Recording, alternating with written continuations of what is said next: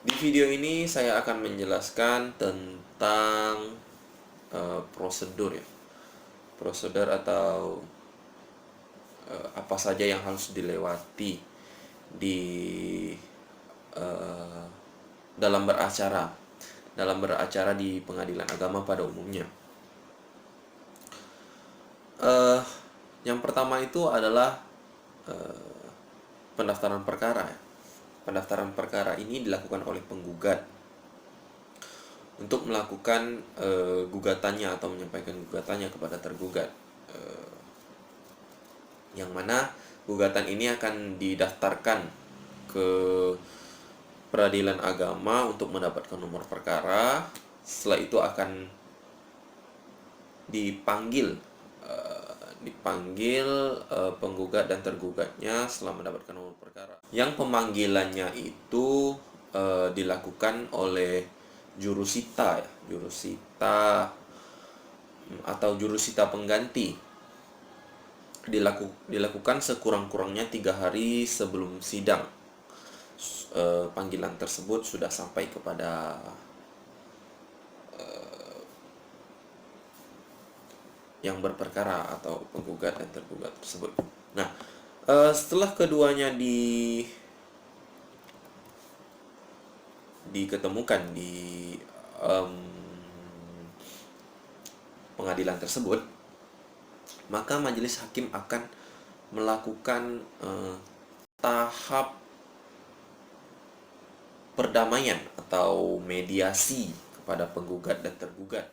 Tahap mediasi ini kedua belah pihak itu bebas memilih mediator yang disediakan oleh pengadilan negeri agama tersebut. Nah, apabila sudah memilih, guna mediator yang dipilih oleh kedua belah pihak itu adalah untuk menjadi penengah antara tergugat dan penggugat apabila terjadi negosiasi atau selisih paham ya. Apabila upaya perdamaian ini tidak berhasil, maka akan ada step selanjutnya, yaitu pembacaan surat gugatan. Pembacaan surat gugatan ini dilakukan oleh penggugatnya sendiri, yaitu menyampaikan apa yang digugat oleh penggugat tersebut. Nah, setelah pembacaan gugatan akan ada jawaban atas dari gugatan tersebut yang disampaikan oleh tergugat, yang mana jawaban ini akan melawan bacaan surat gugatan yang dibacakan oleh penggugat tersebut. Nah, setelah jawaban tergugat tersebut dibacakan oleh tergugat, maka akan ada replik atau sanggahan dari jawaban tergugat tersebut, yaitu replik penggugat. Replik penggugat ini adalah bisa dibilang jawaban ya, jawaban atas sanggahan dari tergugat tersebut. Nah, setelah replik dibacakan oleh penggugat, maka akan ada duplik, yaitu sanggahan dari replik yang dibacakan oleh penggugat tersebut.